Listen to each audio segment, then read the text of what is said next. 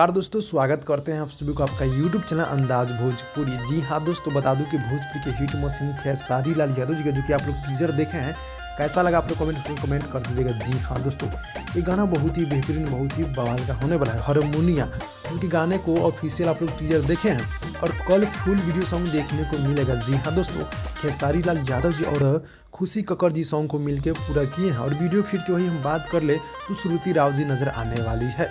और ये गाना पमी रिकॉर्ड्स भोजपुरी के माध्यम से कल यानी कि कल सुबह 7:30 पे देखने को मिलेगा आप सबको अपना यूट्यूब चैनल पमी रिकॉर्ड्स यूट्यूब चैनल के माध्यम से। जी हाँ दोस्तों, यानी कि आप लोग कल 7:30 पे रेडी हो जाइए। गीत की बात हम कर ले तो कृष्णा बेदर्ती जी लिखे हैं, और वही और म्यूजिक की बात हम कर ले तो आर्या शर्मा जी का म्यूजिक है, जो कि काफ़ी बेहतरीन का म्यूजिक आर्या शर्मा जी का चलते रहता है। जी हाँ दोस्तों, तो हारमोनिया गाने को आप लोग सुनने के लिए कितने एक्साइटेड है आप लोग कमेंट बॉक्स में कमेंट कर दीजिएगा। और गाना कल सुबह फुल वीडियो सॉन्ग देखने को मिल जाएगा। तो भाई मिलते हैं अगले वीडियो में, तब तक के लिए धन्यवाद।